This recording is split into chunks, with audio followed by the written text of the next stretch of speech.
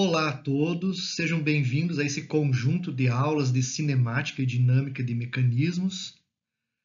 Nessa aula de hoje, vamos abordar os fundamentos da cinemática e, em específico, vamos verificar alguns itens relacionados com graus de liberdade de um mecanismo. Então, participe dessa nossa aula. Essa aula segue, então, o capítulo 2 do Norton, Cinemática e Dinâmica dos Mecanismos. O capítulo 2 é o Fundamentos de Cinemática. E também apresenta algumas definições do livro do MAB, né, de mecanismos. Bom, essa nossa aula de hoje, ela está relacionada com graus de liberdade. E nada mais justo do que fazer uma definição do que é isso. Tá?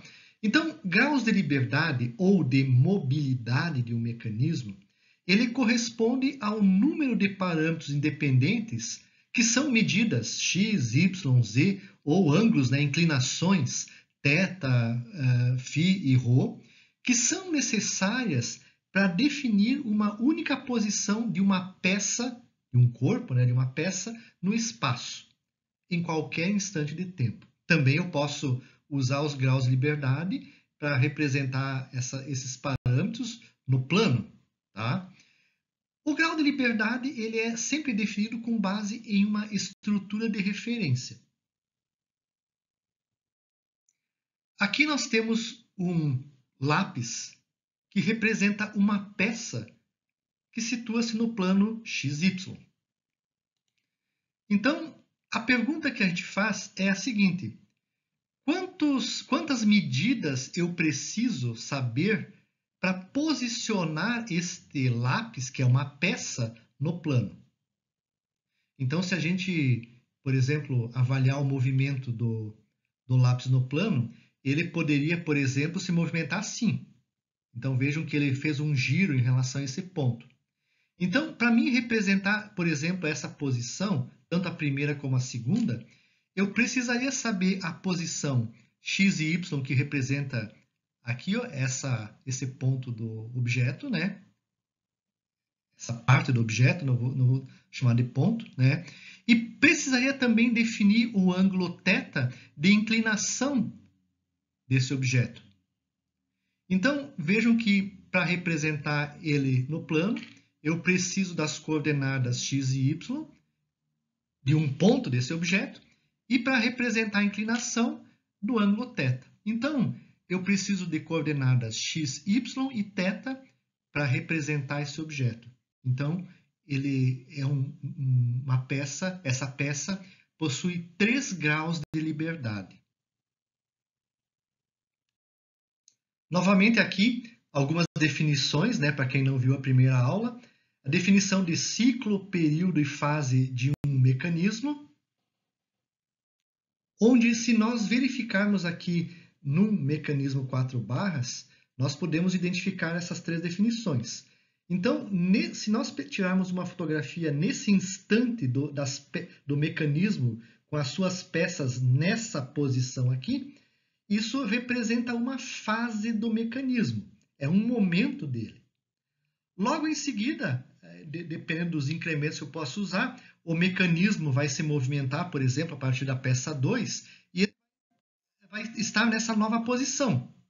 Então, essa nova posição de todas as peças do mecanismo representa uma nova fase. E assim, sucessivamente, eu vou ter várias fases, né, ao longo, todo o movimento da peça 2 peça 2 vai se traduzir em várias fases do mecanismo.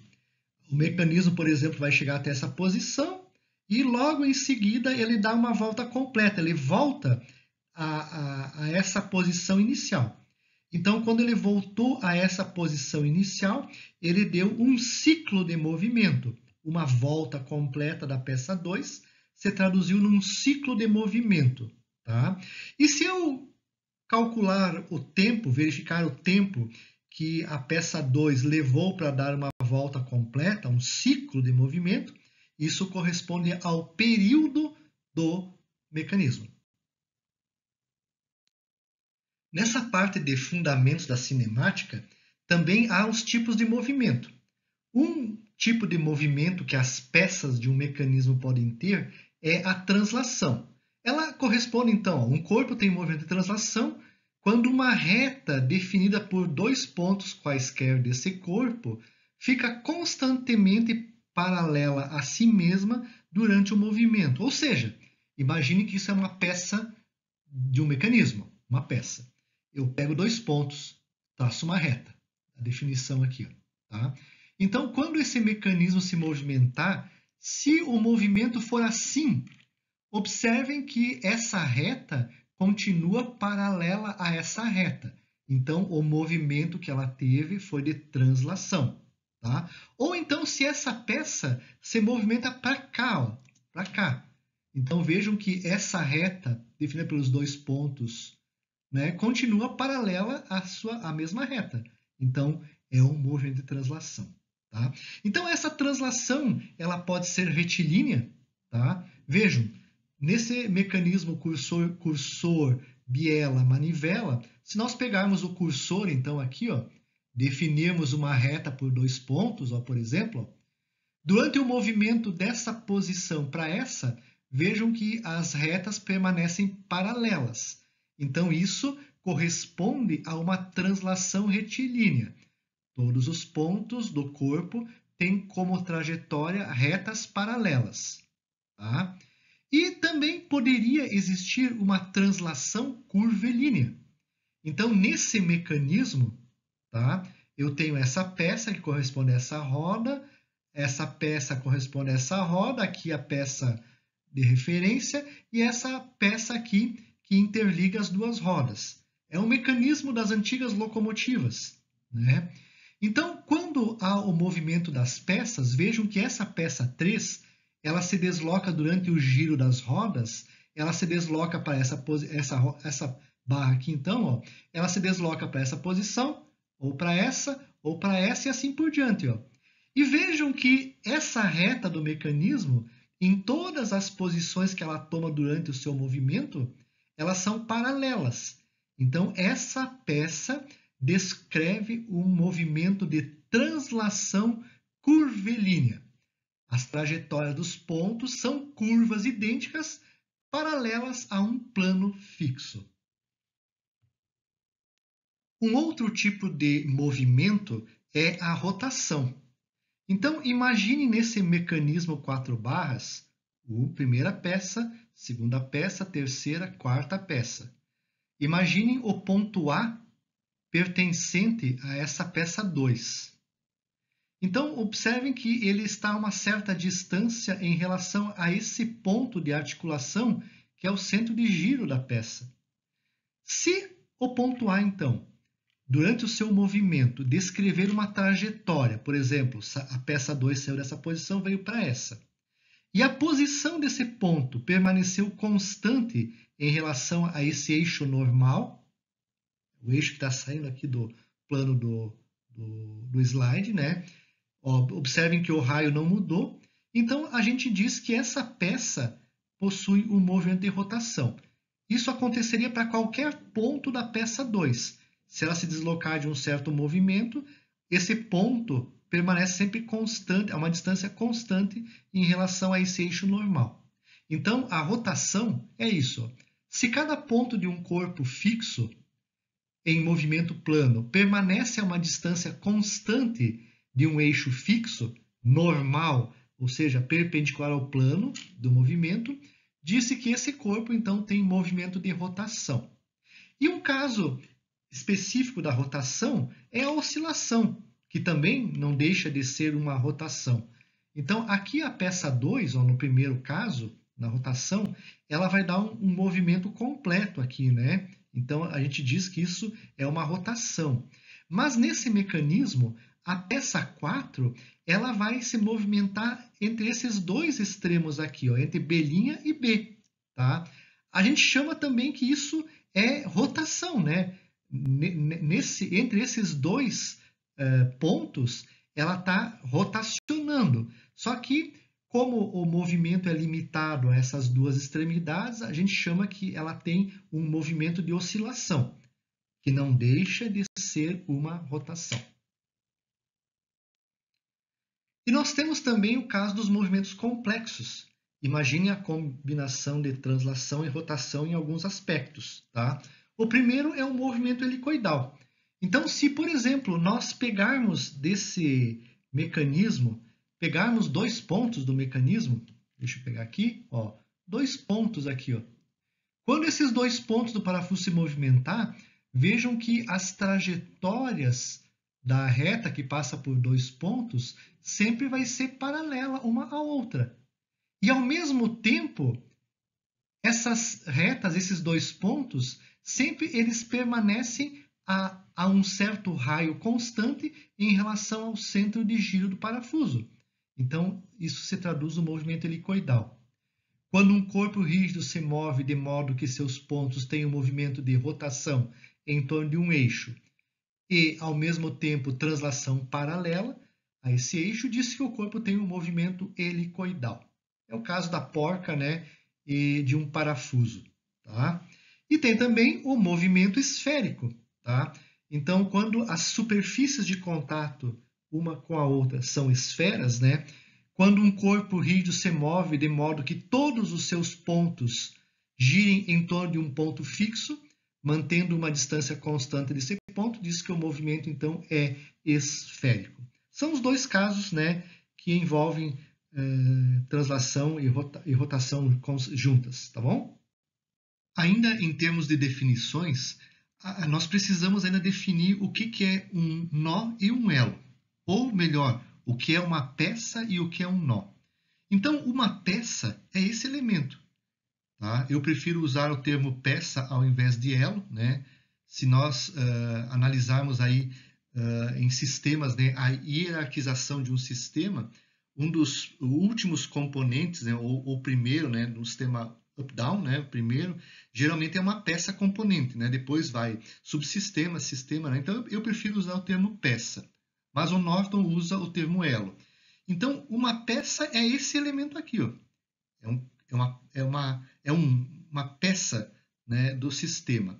E geralmente as peças elas podem possuir 2 ou mais elos, né, que permitem a ligação com uma outra peça.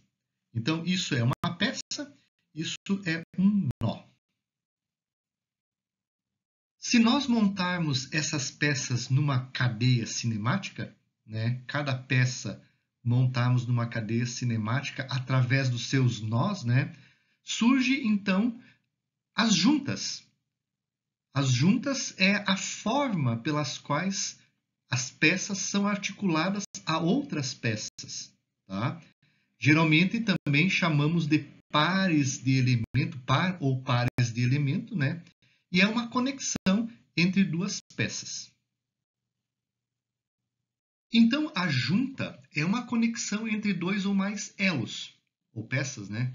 Também são denominadas, então, pares de elemento, que correspondem às formas geométricas pelas quais 2 peças de um mecanismo são articuladas de modo que o movimento relativo entre elas seja coerente. Existe uma definição, né, que fala em par inferior e par superior, certo? Então, se o contato entre 2 peças for uma superfície, tal como aqui num eixo e num mancal, né, essa articulação ela é definida de par inferior. A junta, então, chama-se par inferior. Tá? E se o contato for realizado segundo um ponto ou ao longo de uma linha reta, né? Imagine aqui essa peça girando sobre essa peça aqui, ó. Há uma linha de contato entre os dois, né? Imagine uma esfera de um rolamento, né, se movimentando, né, em cima de uma superfície, né? Então é um ponto de contato, né? Ou então o dente de uma engrenagem empurrando o dente de outra engrenagem. Praticamente existe uma linha de contato entre 2 dentes, né? Tal como aqui mais ou menos, né? Então essa articulação, né, é chamada de par superior. Essa terminologia vocês vão encontrar muito quando estudarem os livros de mecanismo, tá ok?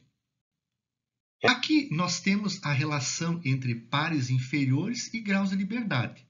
Lembrando, então, que o par inferior é aquela junta que acontece segundo uma superfície, tá? Então, aqui nós temos uma junta de revolução. Ela tem 1 grau de liberdade. Olhem só a relação.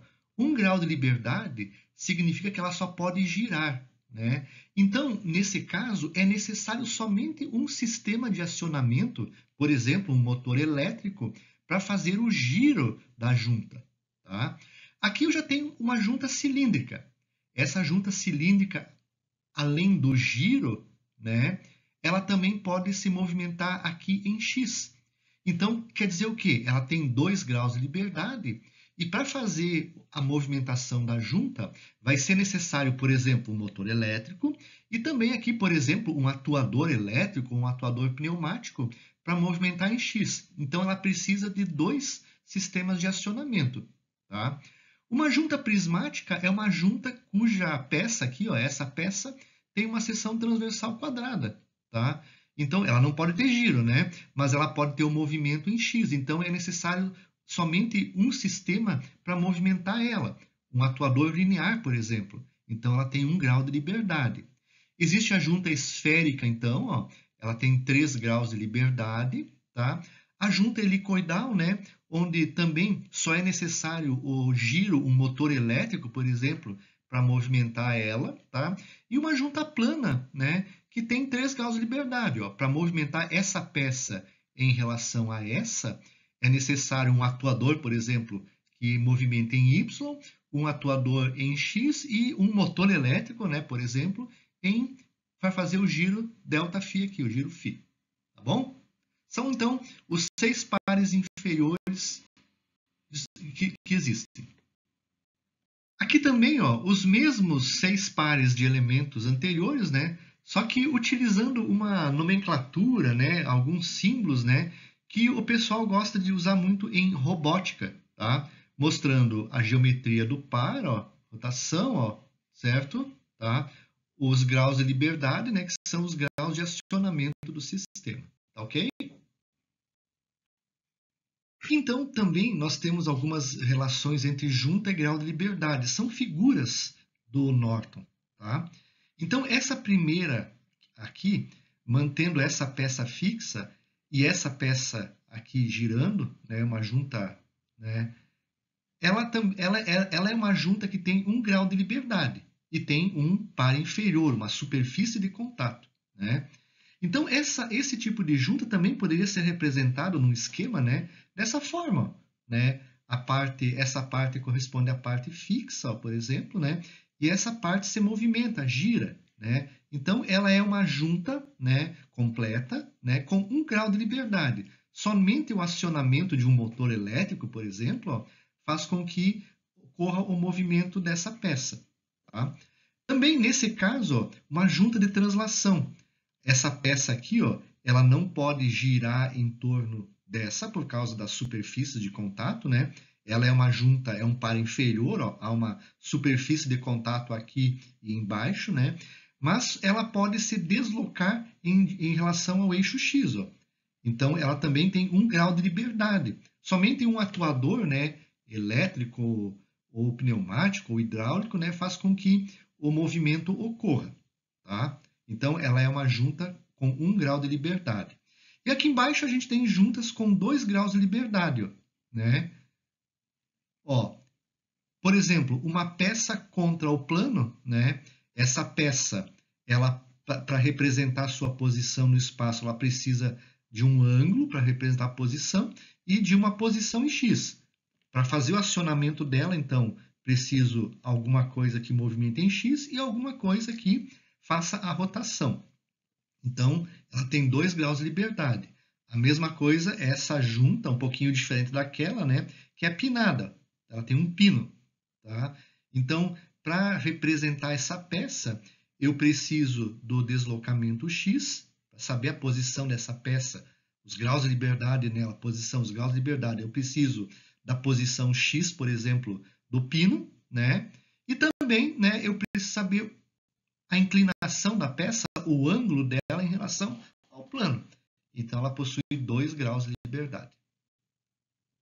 conversando um pouquinho de junta e grau de liberdade, aqui novamente tem algumas figuras do Norton, né, com mais algumas informações que vão aparecendo, tá? Então vejam, né, se eu mantiver essa peça fixa e essa aqui móvel, essa é uma junta pinada, tá? Ela é então uma junta que tem 1 grau de liberdade, ó, é necessário apenas um motor, por exemplo, para fazer o giro da peça, tá? E é então uma junta pinada de primeira ordem, tá? Aqui é um outro caso, ó. Imagine que essa peça aqui é a referência, é a fixa, né? Ó, essa peça aí tem mais ou menos esse comportamento. E há outras duas peças, outros dois elos, né, que podem girar. Então, essa peça L2 e essa peça L3, ela precisa de acionamentos, né, acionamentos independentes para se movimentar. Então, ela possui 2 graus de liberdade. Precisa de 2 motores, por exemplo, para fazer o acionamento. Tá? Então, ó, apareceu uma junta pinada de primeira ordem, ó, e uma junta de segunda ordem. Tá? Ok? Ó, a ordem da junta é igual ao número de elos, né, ligados, menos 1. Então, ó, tem duas peças ligadas, menos 1, uma ordem, primeira ordem, 1 grau de liberdade. 3 peças ligadas juntas, né, 3 peças, menos 1, 2 graus de liberdade. Começam a aparecer esses termos aí, tá? E aqui, ó, também uma junta plana de rolamento, né, ó, imagine essa junta aqui, né? Se ela, essa peça, desculpem, essa peça e essa peça aqui. Se essa peça tiver rolamento, né, então é uma junta plana de rolamento puro, né? Se ela estivesse deslizando, então, no caso, não teria aquele movimento, né? E sim o movimento seria esse, né? Imagine que seja esse, né? Não tem rolamento, então ela poderia ter um deslizamento puro, né? Só deslizando, sem rolar. Não precisaria então desse movimento, só deslizando, tá? Ou poderia ter a combinação das duas, né? Então, uma rotação e deslizamento, ó, o termo RP, o termo R, o termo P aqui que aparece, né? Então, se fosse só rolamento ou só deslizamento entre uma peça e outra, né, eu teria 1 grau de liberdade. Se eu tivesse rolamento e deslizamentos juntos, né, seriam 2 graus de liberdade. E corresponde sempre, ó, a um par superior. Existe uma linha de contato entre as duas peças.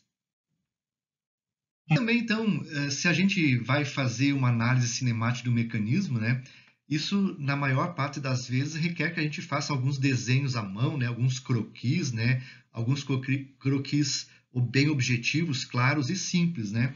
Então, o Norton apresenta aqui, né, algumas formas para fazer esses desenhos, né.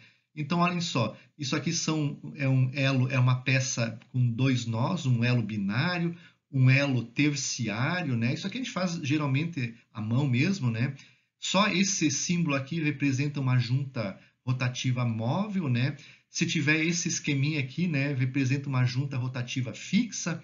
Isso é uma junta de translação, né? Translação móvel, né? Um elo, uma peça, então, com 4 nós, um elo quaternário. Uma meia junta fixa, tá? Uma junta translativa fixa, ó, translativa fixa, e uma meia junta, né, quando tem o deslizamento, né? Então, quando a gente vai compor um mecanismo, a gente elabora então esses croquis, né, esses desenhos manuais, né?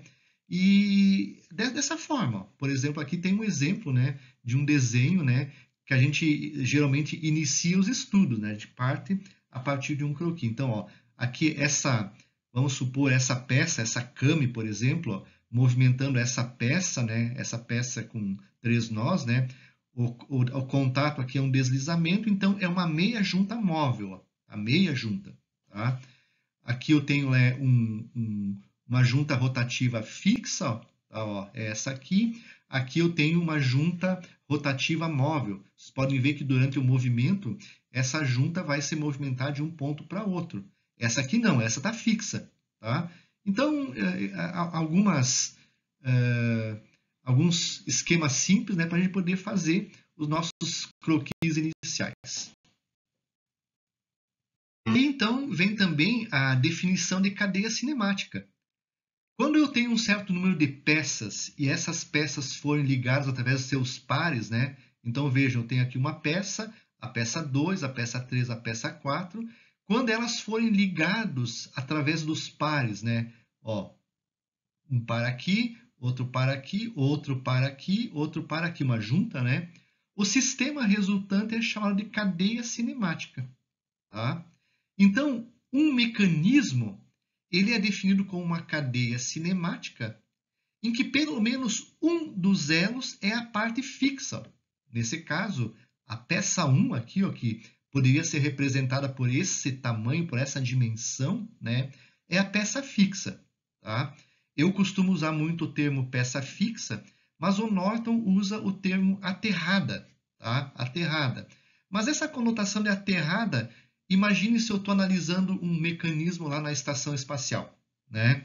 Então, a estação espacial, né, o chassi, a própria estrutura da estação, ela não está aterrada, né? E sim, ela está fixa. O mecanismo vai se movimentar em relação à parte fixa, que é a estação espacial. Eu prefiro usar esse termo porque o termo aterrado tem muito uma conotação com o pessoal da engenharia elétrica, né? E não com a engenharia mecânica. Então, mas fica a critério de vocês, né, usar e também saber que existem essas duas definições. Só, né, novamente, né, o conjunto de vários sistemas articulados, vários mecanismos, né, eles se constituem numa máquina, né? Então aqui eu tenho o sistema Kame seguidor, ó, é um tipo de mecanismo, engrenagens, outro tipo, né? Aqui eu tenho o comando, o pistão biela manivela, que é um outro mecanismo. Então, o conjunto desses mecanismos interligados, né, resulta numa máquina. Outro termo que surge no estudo de mecanismos é a inversão. Em primeiro lugar, o que não é inversão? A inversão não é o caso que quando você tem um motor, você liga para ele girar num sentido horário ou depois girar no sentido anti-horário. Isso não é inversão em mecanismo. A inversão num mecanismo ela é criada quando se altera a peça fixa da cadeia cinemática. Tá? Então, por exemplo, aqui eu tenho o mecanismo cursor, biela, manivela. E o bloco do motor é a peça fixa. Tá? Se eu, no entanto, trocar essa peça fixa e colocar essa peça como fixa, tá? O movimento global, né, que o mecanismo vai gerar é um outro movimento. Agora a peça 3 vai girar e a peça 1 também vai se movimentar, girar ou oscilar, né? E o movimento das peças são diferentes, ó. Se eu fixar aqui, ó, né, a biela, no caso, né, não é a peça 3 aqui, ó, vai haver um movimento da peça 2 da peça 1 e desse mecanismo aqui, ó. Então esse fica fixo, né? Aqui, se eu fixar esse elemento aqui, ó, a peça 4, essas peças 3, 2 e 1, a princípio, a peça 3 e 2 vai se movimentar, né? Então, gera um outro movimento relativo. Quando a gente faz uma inversão do movimento, inversão do mecanismo, né? Quando a gente fixa, então, uma peça ao invés de outra, né? O movimento relativo entre as peças continua sendo o mesmo, mas o movimento global é modificado. E só algumas figuras do Norton com algumas inversões. Esse aqui é um mecanismo 4 barras, então típico, né? Ó, aqui são a parte fixa, na peça 1, a parte fixa. E essas aqui, então, a peça 2 se movimenta, ela de uma certa forma transmite o movimento para a peça 3 e para a peça 4 fica oscilando. Agora imaginem que eu pego e fixo essa peça aqui, ó, da cadeia cinemática. Eu libero essa peça. Então, ó, eu fixei essa peça aqui, ó, nessa figura. Então, ó, essa peça continua tendo um movimento de rotação e essa peça também continua tendo um movimento de rotação, só que diferente, ó, né, da anterior. Olhe nesse mecanismo. Nesse caso aqui também o mecanismo 4 barras, se essa peça for fixa, essa peça e essa, ambas têm um movimento de rotação completo. Ó. Ambas rotacionam. Tá? Agora, se eu resolver fixar essa peça aqui, ó, fixei a peça. O movimento, né, do mecanismo já não é uma rotação completa. Ó. O mecanismo só pode oscilar entre dois extremos, possivelmente aqui. Tá? Outras inversões feitas em mecanismos 4 barras, ó, aqui a peça fixa é a 1, agora essa é móvel. Agora eu fixei aquela peça ali, ó, e essa ficou móvel. Então, alterei o movimento global do mecanismo, da cadeia cinemática. Tá? Mas o movimento relativo entre as peças continua o mesmo. Também aqui, ó, peça fixa, tem esses movimentos globais, né, em relação à referência. Tá? E alterei a peça fixa, agora essa barra passou a ser a fixa, certo? Eu alterei o movimento global do mecanismo. Mas as peças, entre si, né, continuam tendo o mesmo movimento relativo. Quando a gente estuda os fundamentos da cinemática, tá, também aparece lá um termo, condição de Grashof, ou lei de Grashof. Bom, essa condição de Grashof, então, é uma fórmula matemática, né, que na realidade permite determinar quantos graus de liberdade um mecanismo possui. Não uma peça só agora, o mecanismo como um todo.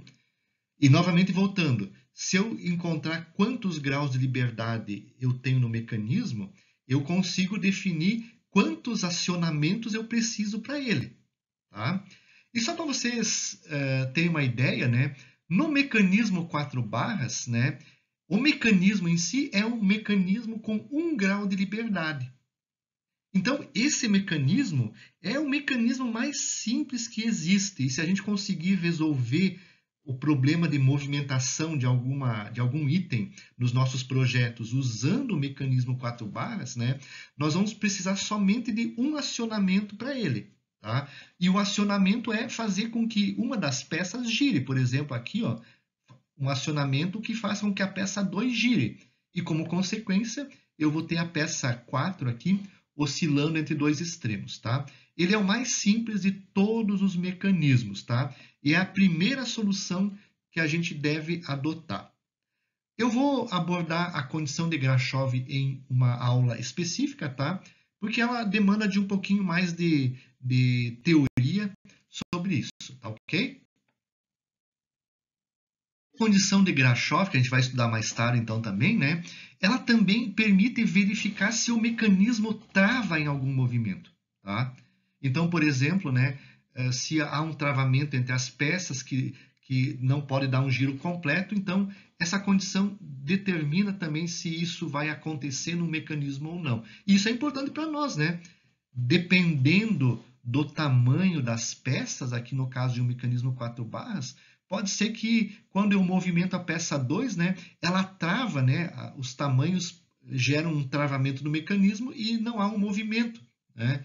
Então, isso é importante para que a gente conheça como o mecanismo está trabalhando. E aí eu posso alterar, de repente, o tamanho de uma peça para que não haja esse travamento e execute a mesma função desejada. Nós vamos estudar os fundamentos da cinemática, principalmente baseadas no mecanismo 4 barras. Tá? Aqui tem algumas outras aplicações desse mecanismo, né? E além dessas tem muitas outras, né? A simplicidade do mecanismo, então, é muito grande, tá? Então, olhem só, aqui eu tenho uma chave inglesa, né? Ó, essa conexão entre essas duas articulações representa uma peça.